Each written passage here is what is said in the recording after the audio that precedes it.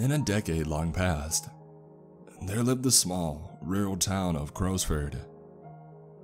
In this town, everybody knew everyone, and my mother and I were known as the strange ones.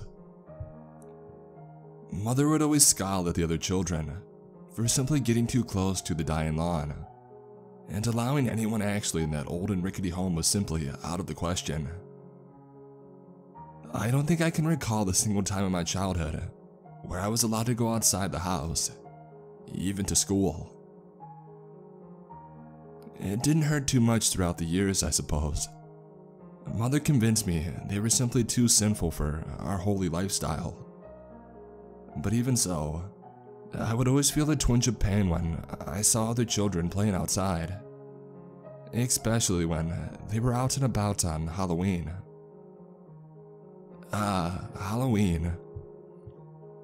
I was absolutely fascinated by the spectacle I would always see outside of the window. The kids dressing up in their bewildering costumes, the strange decorations of our neighbors, and the atmosphere that autumn orange mood would seem to cast over the streets. But most of all, I simply wanted a morsel of the candy that filled the kids' pails. I'm not sure why I wanted it so badly.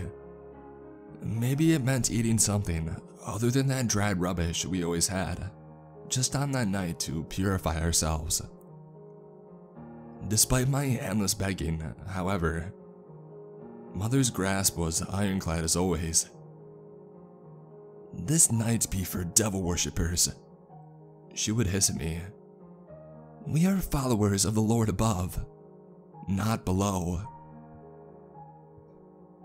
But even a child under the strictest of parents can't help to feel curious about the outside world.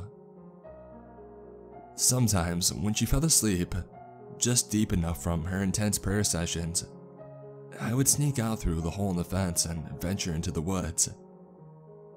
Even then, no one wanted to play with a child of such a peculiar mother. The other children would hide whenever they spotted me, and scurry away if I got too close. The only exception to that was Emily. I found Emily sitting by the lake one day, casually skipping rocks down the stream. I slowly crept up to her, as if she was a swallow that would flutter away if I startled her. But instead, she turned around and stared at me for a bit. A warm smile crept on her face, and gestured to sit down next to her.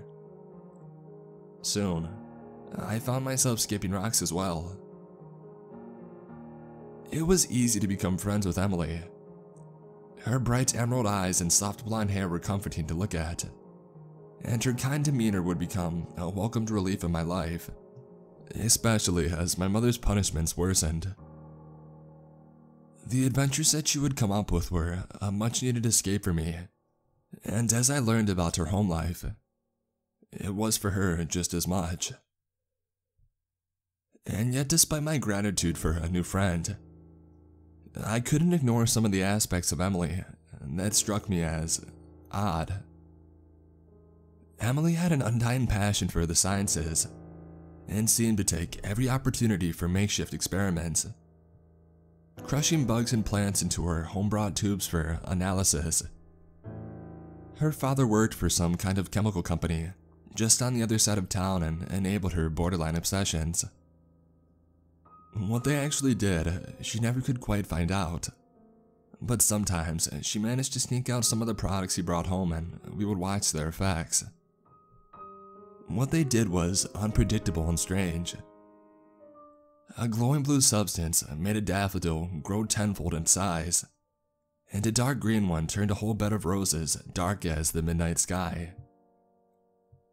She seemed to take great glee in watching their strange effects, and I couldn't help but smile as well. As life will do, however, even the smallest bastions of happiness must eventually be trampled over. It was the morning of Halloween Day, and Emily was finally teaching me all I wanted to know about it. I was so invested, I didn't even hear the sound of crunching leaves behind me. I don't know if a neighbor tattled on me or she just pretended to be asleep, but my heart sank as I heard my mother screech my name from behind. Had it not been Emily standing as my witness, she would have murdered me on the spot. Instead, I would have a much worse punishment. She gave me a good whack on the head and I was dragged by the ear all the way back to the house. She screamed back at Emily that there would be hellish consequences if she ever saw me again. There must be an appropriate punishment for such a heinous crime. Not only had I gone and played with another child, but apparently a demon one as well. Mother couldn't quite put her finger on it, but she was just so sure something wasn't right with her, and it would do her parents right to toss her over the bridge.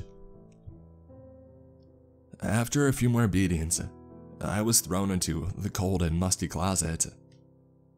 This is where I received most of my punishment, but it seemed Mother had something very special in mind to purify me. I covered my ears as the room shook with painfully loud and distorted music. I banged on the door and I begged for her to let me out, but she just sang a hymn in reply.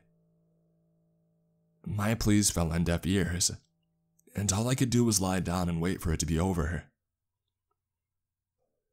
I don't remember how much time passed as I was trapped, curled up in there, but it was far too long. I remember the priest once sitting down with me at Mother's request. He told me of a demon that lived inside us, and how it manifested as violent and unclean thoughts. As believers, it was our duty to control these demons and to keep them from overtaking us. I like to think at that point that I had done well at controlling mine, especially when it came to Mother's worst moments. But all that helplessness and fear I felt in those endless hours, the demons had consumed me with their rage. As soon as she opened the door, I tried to push past her. She managed to grab my hair, but I think I surprised her when I defended myself and I smacked the glasses off her face. I launched out through the front door and down the street, running as fast as my short legs could take me. The sun was beginning to set, and I could see blurs of the children's costumes as I ran past. I let my legs carry themselves to where they wanted, and I was back at the lake. To my surprise, Emily was still there, looking at the sunset and humming something to herself. With a wary heart, I walked to the river, sat down next to her, and I began to weep. Not only had I struck her, but I also broke my mother's biggest rule of being out on this night too. She must be more than furious. I would have to eventually go back. God had damned me to a terrible fate.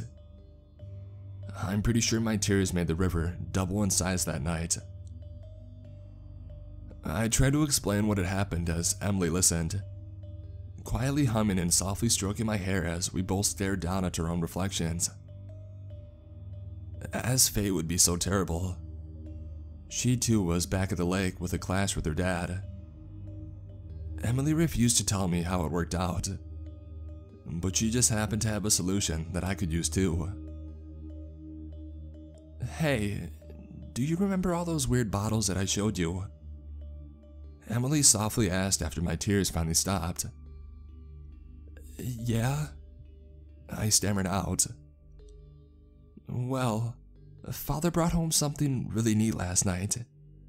It's this bottle of black goo I have in my pocket, and it makes all your problems go away.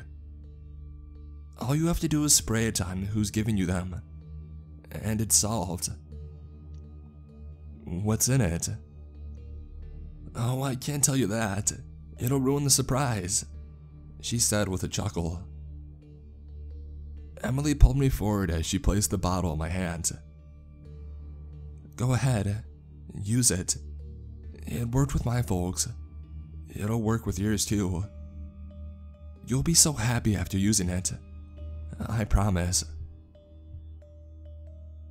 I just wanted to stay with Emily, but she really wanted nothing more than for me to go back home. and so I said my best wishes and reluctantly came home to my damnation. Mother would be waiting for me.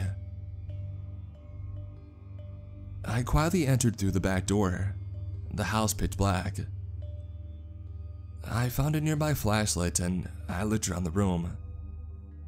Shockingly, Mother was still there, withering on the floor. A pool of blood had formed around her. I guess it was a little stronger than I thought. I slowly walked over to her, her bitter glance meeting my terrified one. "Look what you did!" she cried at me between shallow breaths. "You evil child!" "Don't worry," I whispered as I brushed Mother's face and I shook the bottle. "This will solve everything." "What the hell is that?" That was my question to Emily too. I guess we'll find out.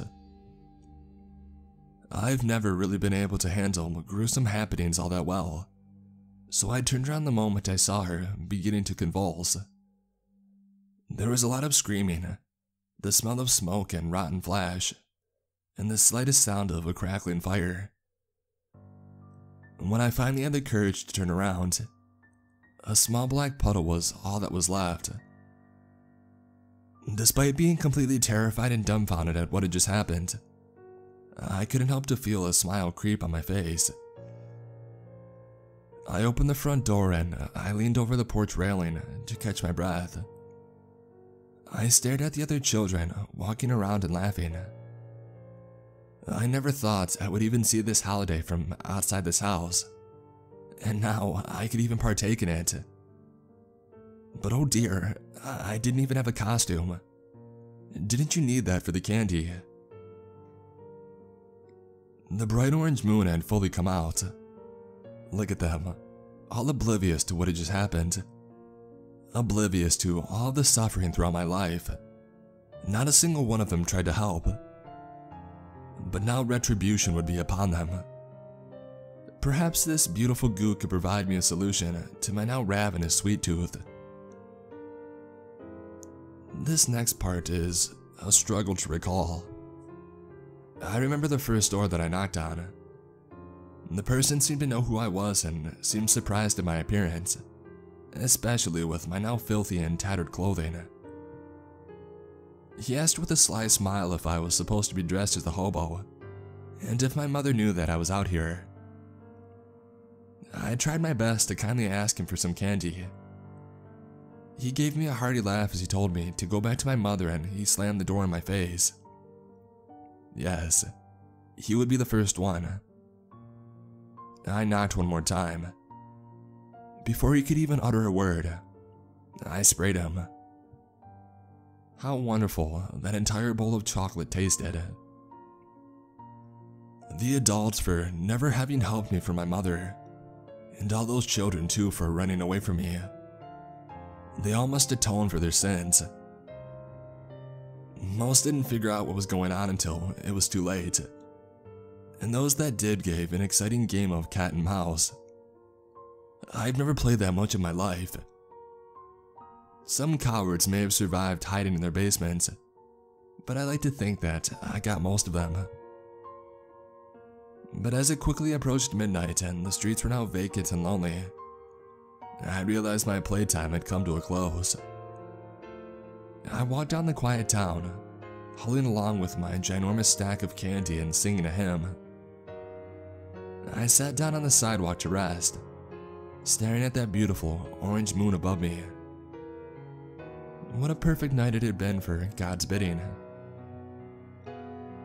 I heard humming coming from down the road, and I saw Emily running towards me with a massive grin. "So," she cooed as she sat down beside me, "I can see you had a really fun night." "What do I do now?" I asked, now realizing my uncertain future. "I believe you mean, what do we do now?" Emily declared as she patted my back. "I use that stuff on my dad too. We're in the same boat. The next town over is a bit of a walk, but we should be there before the morning. We can start new lives there, new families. You want to join me? With no other choice, I grabbed her hand and we began to walk. She taught me the song I heard her humming at the lake as we trekked west, and a great alibi to explain what had happened. Emily and I have been happily married for a good while now. Anniversary's only a couple weeks away. She was right. We did find new and better lives in that other town. Despite our unusual beginnings, we've led normal lives and contributed well to society. And there would be no person I would have rather done it with than Emily. But age has finally caught up with us. We're both old and tired. Surely, death must be on our doorstep by now. With that in mind, I have finally decided to confess. Not out of any regret, but simply in the spirit to let the truth not go to the grave with me, and perhaps for the families of the victims to finally have some closure. If you ever ask Crowsford police about what had happened all those decades ago, they'll batter off some cover-up story just a little too quickly. Some will say that it was a mass move to another town, others that it was some type of virus. The truth is, they really don't know. But now you do, dear reader. You know what truly happened in that small rural town of Crowsford.